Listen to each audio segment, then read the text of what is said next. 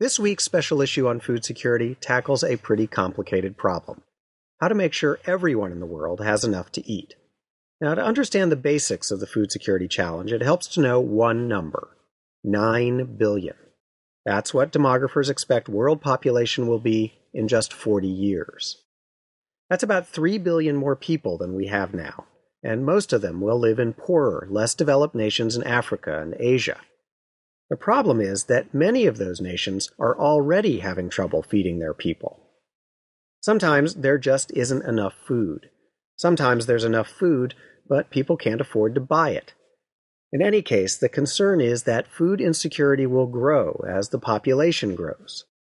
Already, more than 24 countries are facing a serious risk of food insecurity, and many of them are the same countries in Africa and Asia that are already having trouble feeding their people.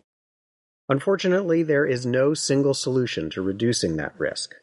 It will require understanding the food implications of global markets, of international trade, of human psychology, even the food traditions that determine what we like to eat.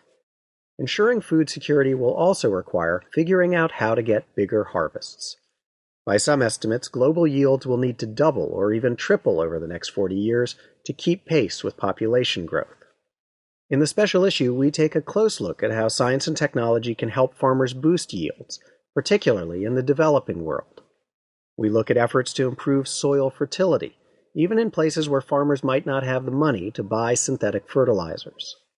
We explore ways of getting more crop from every drop of water, especially in dry regions. We examine new methods of speeding the creation of better seed varieties. And we look at efforts to defend against the pests and diseases that can devastate harvests. Of course, these efforts aren't likely to blossom overnight, and researchers still need to figure out how to increase the food supply without seriously damaging the environment or adding to global warming. But eventually, researchers hope the world can balance food security with other needs and help farmers reap big enough harvests to prevent hunger. I hope you enjoy the issue.